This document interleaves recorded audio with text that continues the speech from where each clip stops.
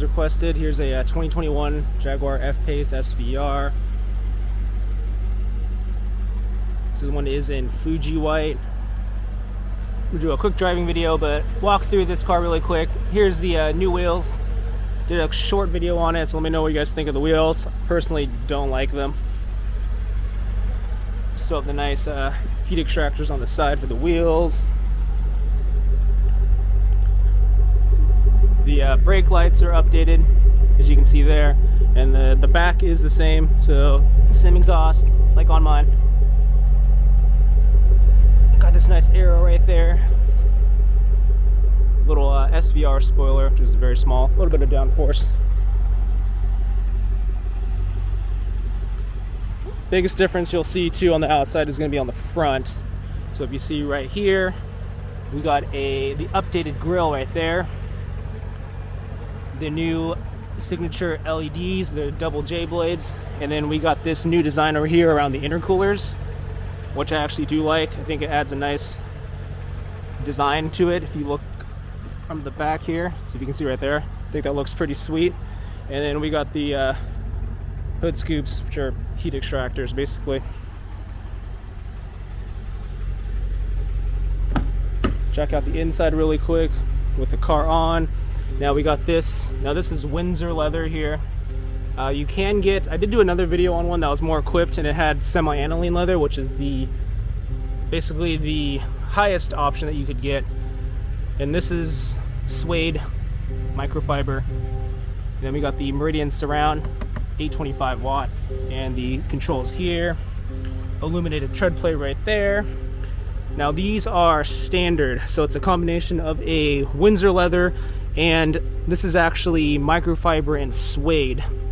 Performance C right here. You still have the SVR emboss on here. This is suede itself right here and all around here. And then if you look right here, this is actually microfiber. So this whole interior right here, microfiber, leather.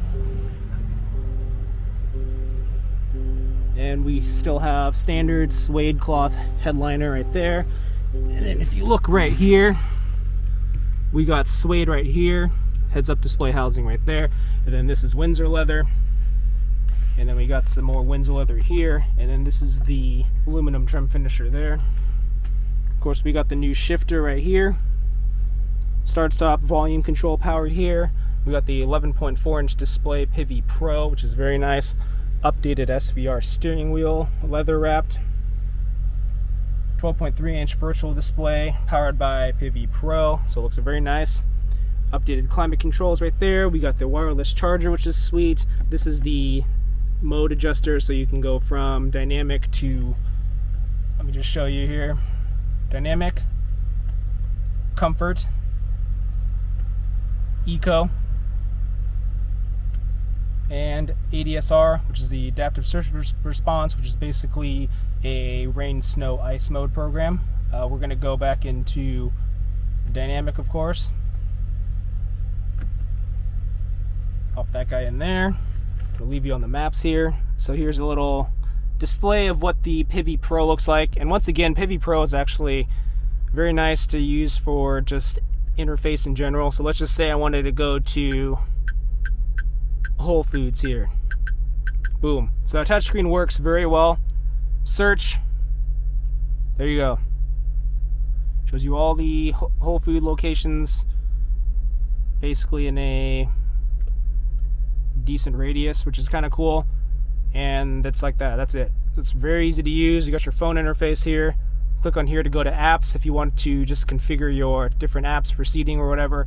Right now I'm in dynamic mode, so we got engine, steering, suspension, and gear shift all in dynamic. Of course, we got the stopwatch here. I've never used mine in mine, but I guess it's still kind of a nice touch. Or G meters. I'll leave that on maps. We got the display there. This one has adaptive cruise control, which is kind of nice. And if you see, I do like this. It's the updated head-up display, which is a TFT display. So the clarity is a lot better. All right. And then if you look right here, default display, which is right there. All right, so let's go.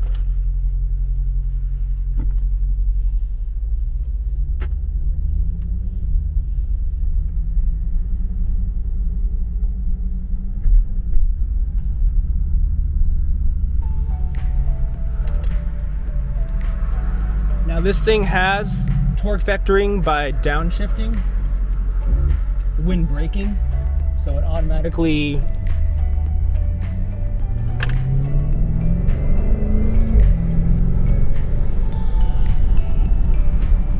still sounds good.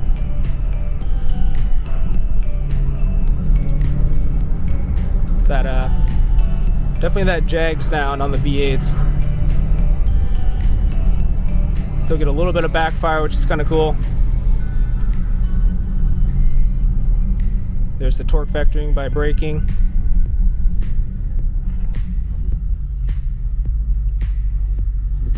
Brakes are bitey, of course, because you got a 6-piston front.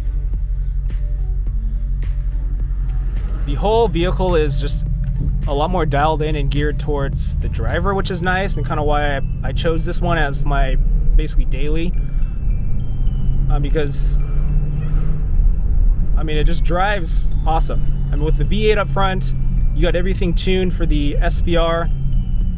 So SVR tuned suspension, SVR basically transmission, so it's a little faster, that kind of stuff. Same ZF 8-speed transmission, but everything is just a lot more dialed in with like the steering, the acceleration, how it goes around the corners and everything. So it's kind of like, it's a very, very nice premium performance SUV in my eyes. And I've driven a decent amount of, you know, performance SUVs and everything.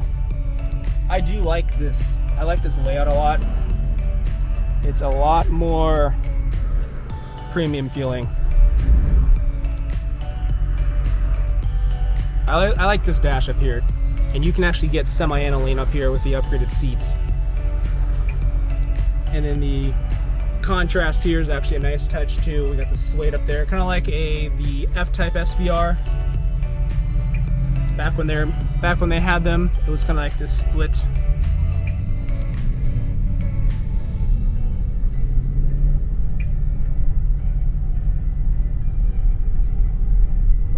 Grass on here.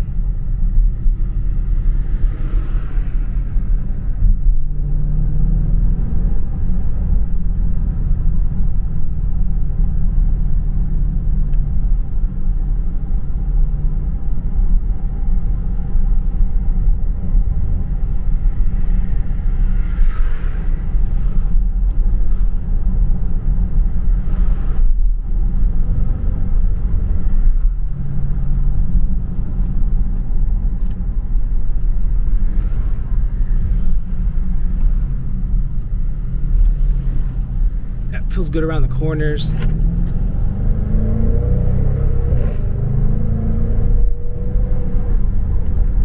Oh yeah. Still sounds good. Nice performance.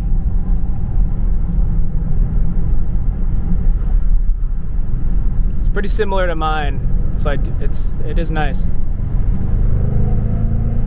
Ooh. Just got some good pickup. Still got the 550 horsepower in here from the supercharged V8.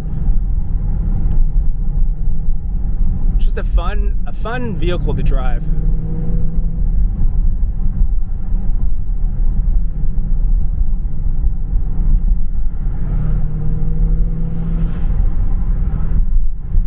Of course, you can still pop this in the normal mode or the eco mode or whatever.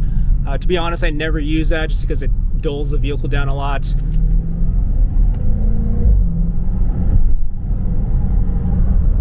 Display in action. Yeah, I'm always driving in dynamic mode on my car, or when it is like snowing, I will pop it into the rain, snow, ice mode for better handling. But other than that, rain or shine, when I do drive it, it's in dynamic mode. No reason for it not to be. I mean, it's permanent all-wheel drive and everything. Most of the power goes to the back, but it automatically sends up power to the front if it needs it. So it's a pretty intelligent system.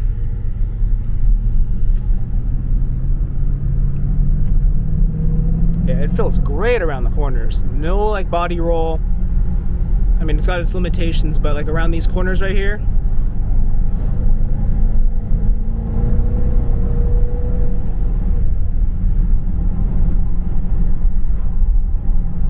get some cabin noise so you can kind of get an idea of how much road noise there is. Love how you can hear the exhaust. It's not dulled down or anything. I mean, this is on 22-inch wheels, so you are gonna get a decent amount of road noise relative to a smaller wheel, but I think with the handling and performance benefits, it definitely outweighs it.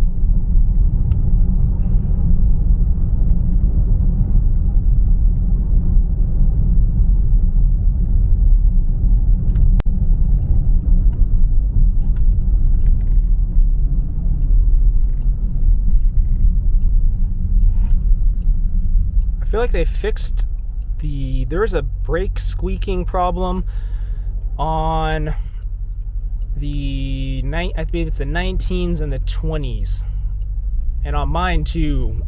I definitely get a decent amount of brake squeaking noise when I'm braking. This one though, I don't really hear anything.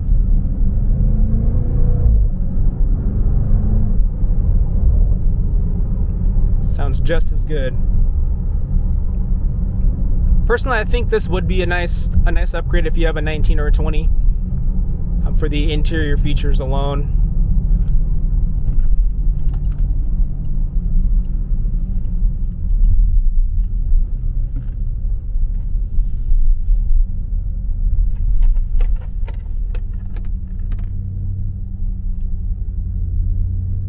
This thing sounds good still. Dang.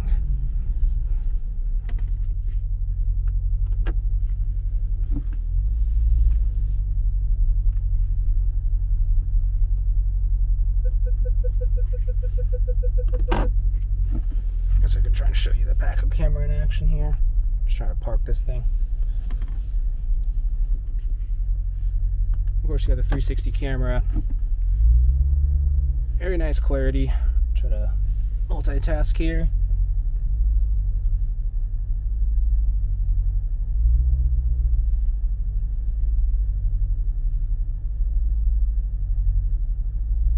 Looks good. There we go. Boop. See right there? A little proximity to here to the other Sport. Got a nice, very nice resolution if that's picking up there. Now we're going to pop this thing into park. Boom. Park right there. Now it is on the stop start. I usually turn that off, but if you leave that on, that's what that looks like right here. Now you could either turn the car off by pressing this button, or actually just simply uncheck this seatbelt, and then the car turns off. I did that on my other video. Works on all of our cars, basically. I don't know if it works on other brands too. I assume it would, but that's about it. I'm going to flip you guys around. I'm going to sit inside the car so you can get some decent idea of perspective with space. Now this is on basically an XF platform. It's on the same platform as the Velar and the XF. So it is a kind of like a mid-size crossover. Alright, we're going to go sit in the back so you get an idea. Second row. Right here. Not bad. Now these seats are thinner since they're performance seats, so you actually do get a little more relative legroom here. Anyone taller though might be a little difficult. I mean, this is pretty good for me. I'm about 5'8". Seats are fixed like this, so that is effectively how much space you're getting, if you can kind of get that into perspective here.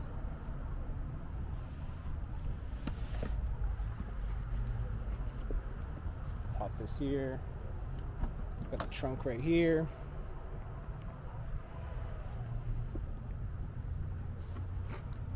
Same trunk space, really good depth on the F-Pace.